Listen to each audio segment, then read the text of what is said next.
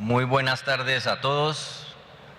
Un agradecimiento especial a la Gobernación de Antioquia, al gobernador Fajardo, con quien llevamos, yo creo, gobernador, como unos 6 o 8 meses hablando de esta conferencia, a la Federación de Municipios.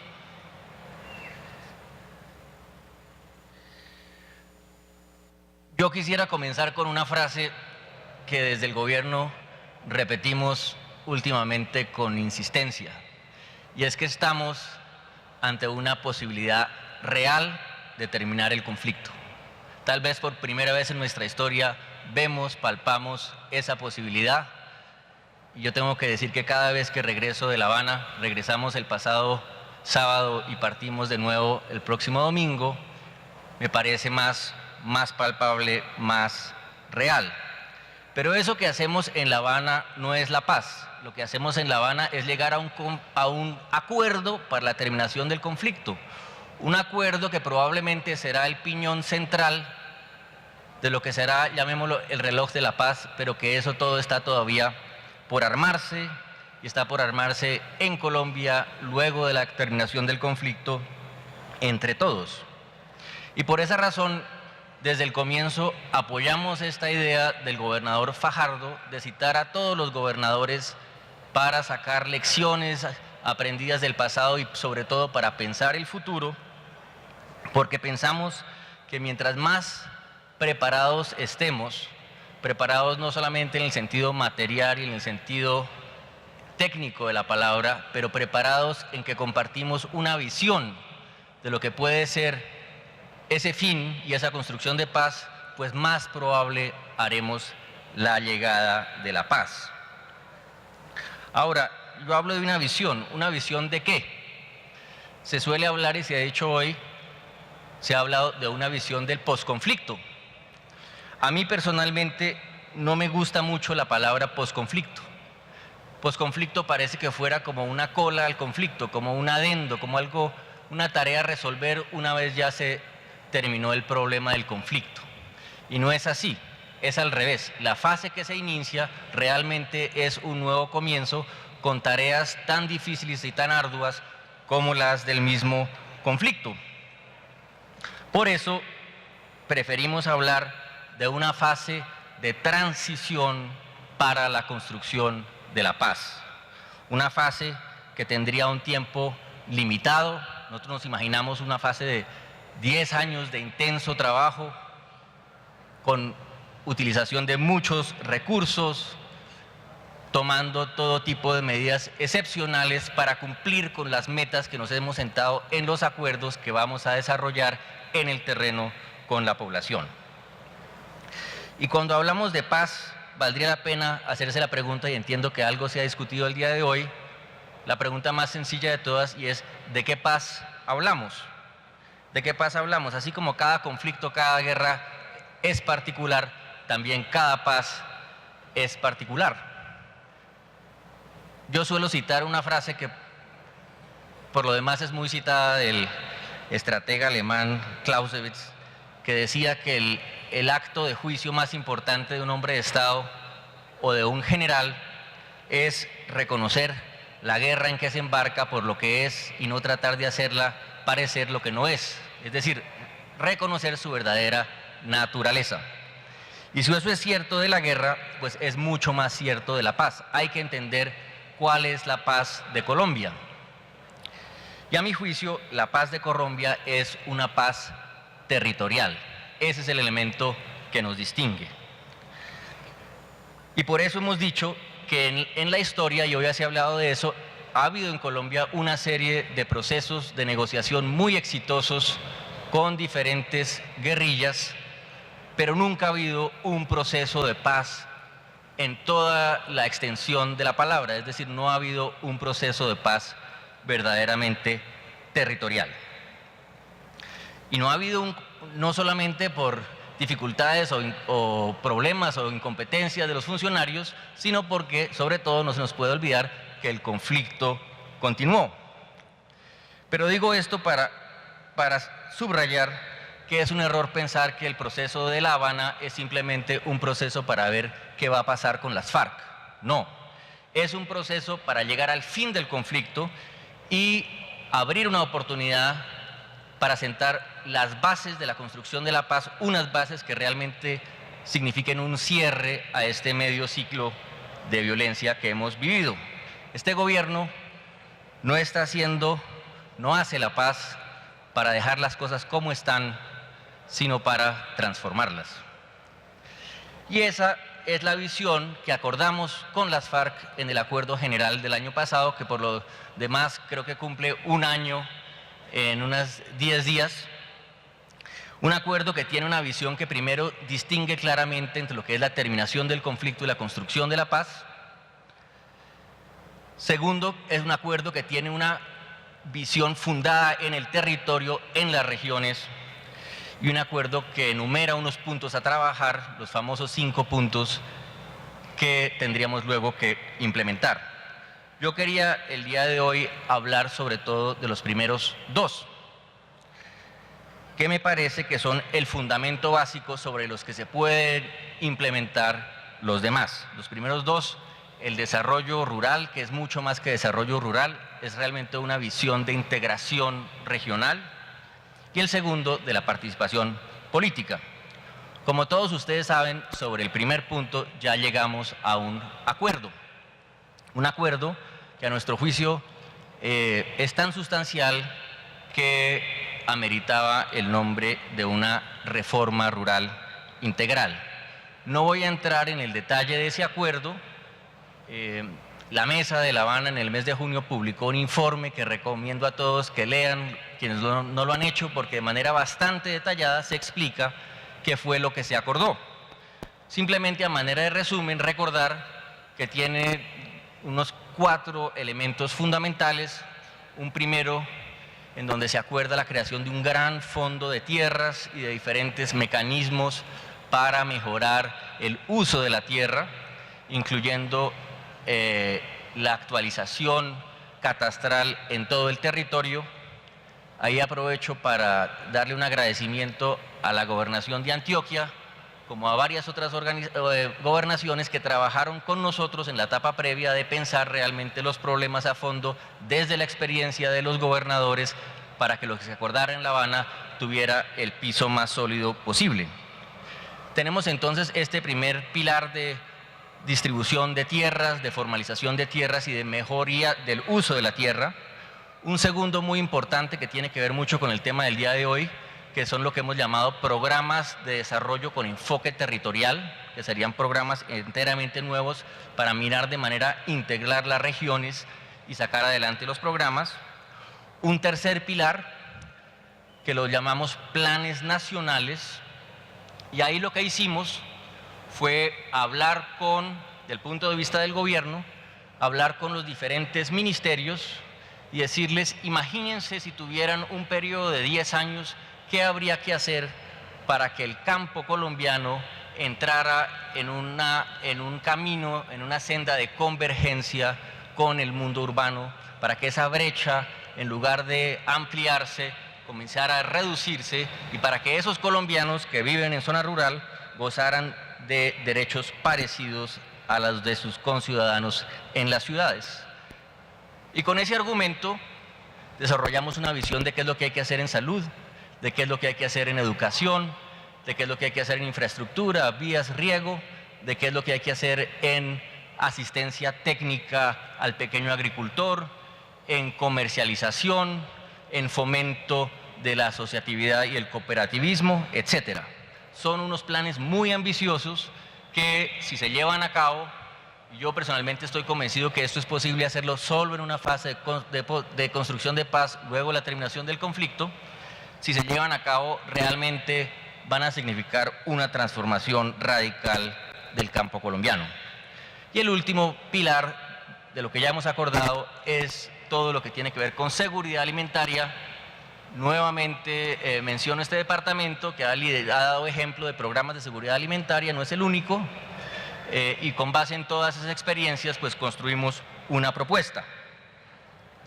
El reto que nos queda entonces ahora es enorme, porque el trabajo que hicimos para este punto, la verdad, sí fue extenuante, pero fue un trabajo absolutamente menor en comparación con lo que tenemos que hacer ahora para llevar a la práctica de esos acuerdos. Siempre decimos que en La Habana hemos acordado el qué, pero el cómo se deben hacer las cosas es algo que hay que decidir con la población, con las comunidades en los territorios, y llevar eso, poner ese proceso en marcha significa un esfuerzo mayor. A nuestro juicio, lo que vamos a hacer es hacer en una década lo que no hicimos en 50 años. Voy a regresar sobre este punto más adelante a la implementación.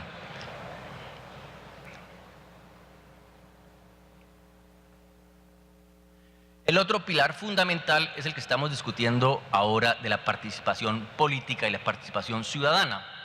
Como bien dijo el ministro del Interior, probablemente el fin del conflicto va a llevar a una actividad política mucho más activa, mucho más interesante, porque ya el tema no será simplemente el conflicto y la paz, sino todos los temas que realmente aquejan a los ciudadanos, y probablemente veremos el surgimiento de nuevos movimientos.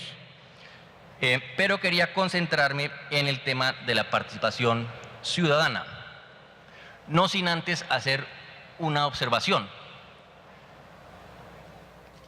A juicio del gobierno, la paz y esta paz territorial se construye, por una parte, justamente transformando las regiones, pero por la otra, rompiendo, como ha dicho tantas veces el presidente Santos, el vínculo entre política y armas.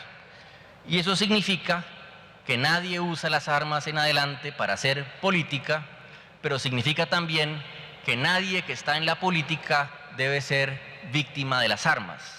Y no estamos hablando simplemente de personas de las FARC que se reincorporen a la sociedad, estamos hablando de todos quienes ejercen cargos públicos o aspiran a cargos de elección popular.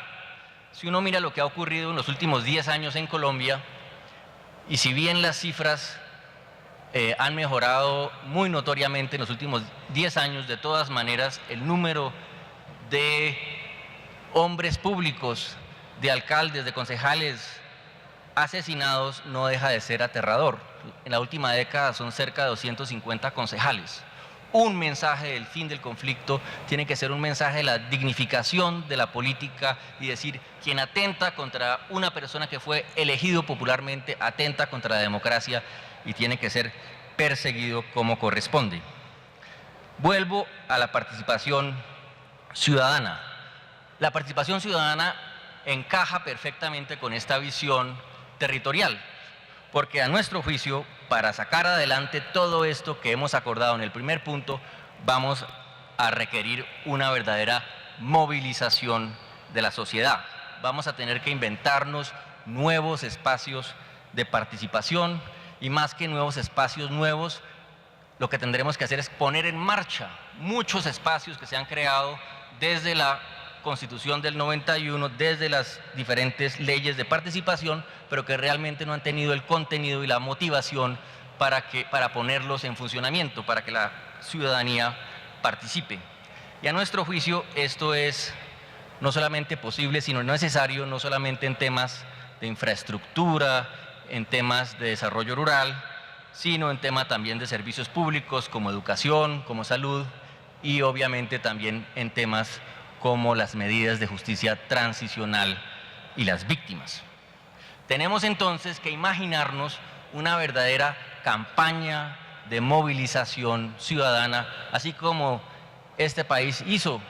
Yo fui parte de eso cuando el presidente era ministro de Defensa y yo era su viceministro. Así como hicimos una campaña para la guerra, tenemos que ahora hacer una campaña para la paz.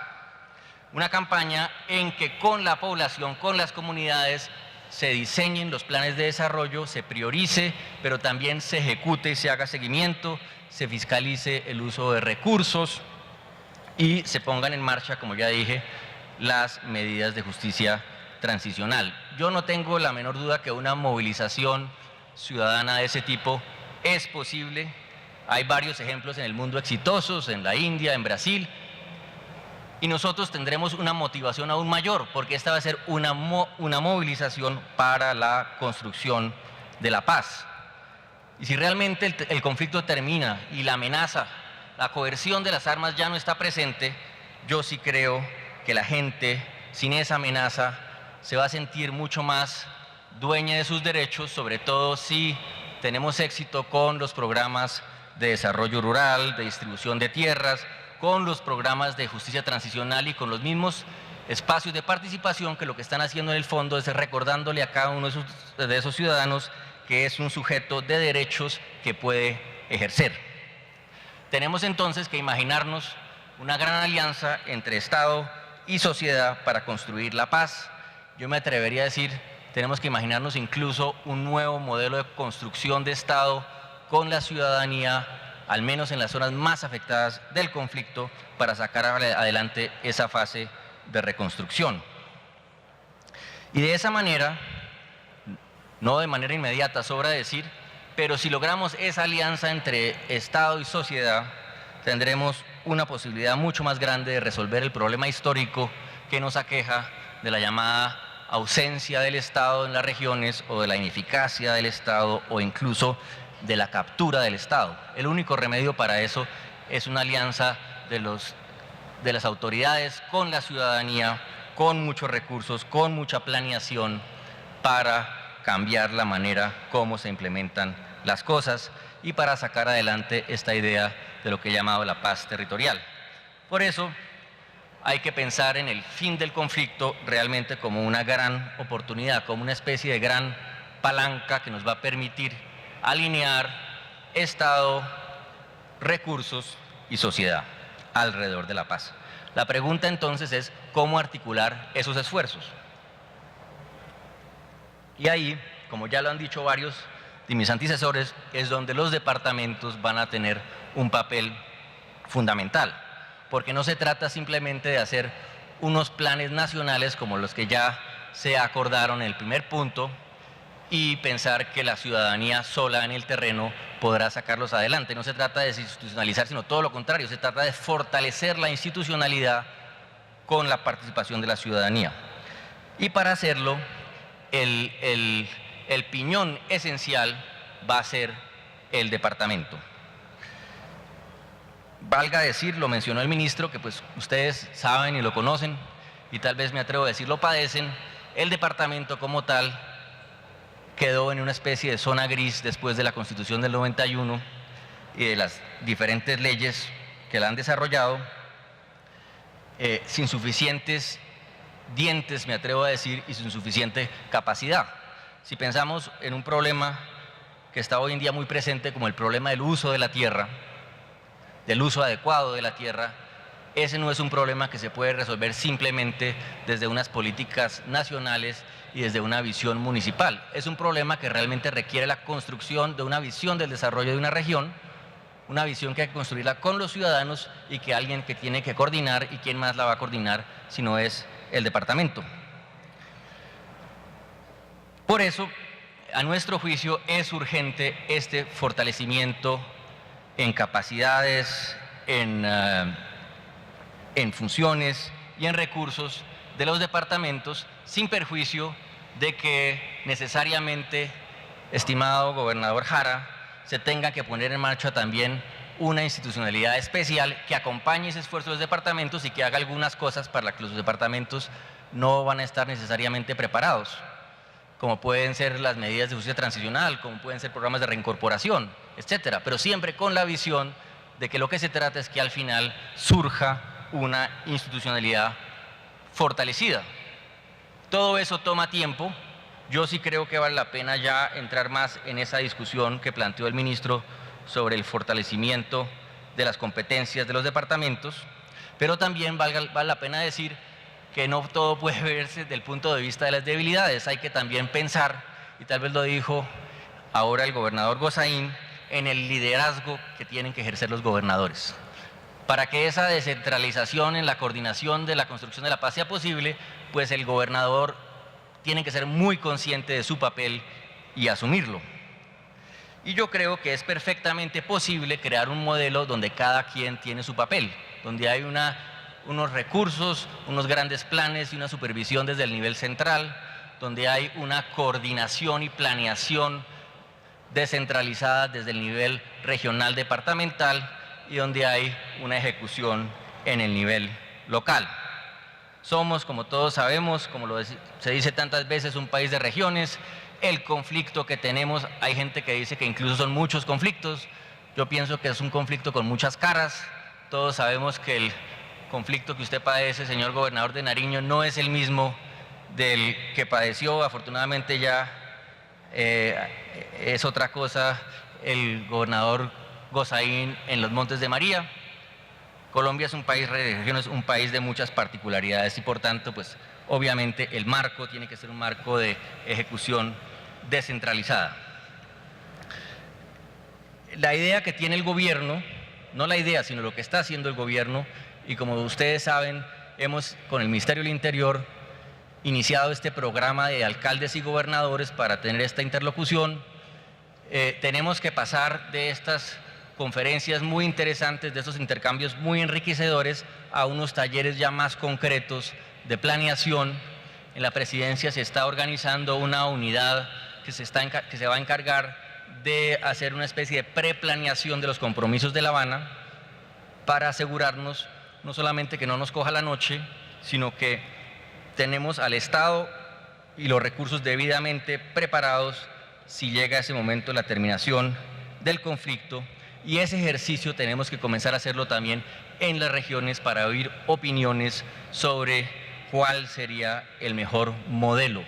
Porque no se trata, insistimos siempre, simplemente de implementar. Esto no es un problema simplemente de implementación, como si fuera un problema técnico de algo que ya está escrito hasta el último detalle y hay que ponerlo en práctica. No, mucho de esto requiere, justamente como dije, una gran participación, una gran discusión ciudadana para decidir en cada región cuáles son las prioridades y cuál es la mejor manera de poner todo esto en práctica. Y por todo eso, por todo lo anterior, es que celebramos la idea, gobernador Fajardo, de esta conferencia de preparar la paz. Evidentemente la paz es algo que se construye todos los días, que cada uno de ustedes está haciendo en las regiones, pero la paz con P mayúscula, la paz que no ha llegado a este país, todavía no ha llegado. En La Habana todavía nos falta un buen trecho, pero si estamos preparados, si compartimos esa visión del fin del conflicto, de una transición, de un periodo de transición para la construcción de la paz, las posibilidades de que llegue y se asiente van a ser mucho mayores. ¿Y por qué ahora sí? Entiendo que alguien antes preguntó y dijo, ¿y por qué ahora sí si hace 30 años que los gobiernos tratan de intervenir en estas regiones y todos más o menos fracasan? Pues ahora sí, porque el fin del conflicto ahora sí es de verdad y estamos ante una posibilidad real de tener un país en paz. Muchas gracias.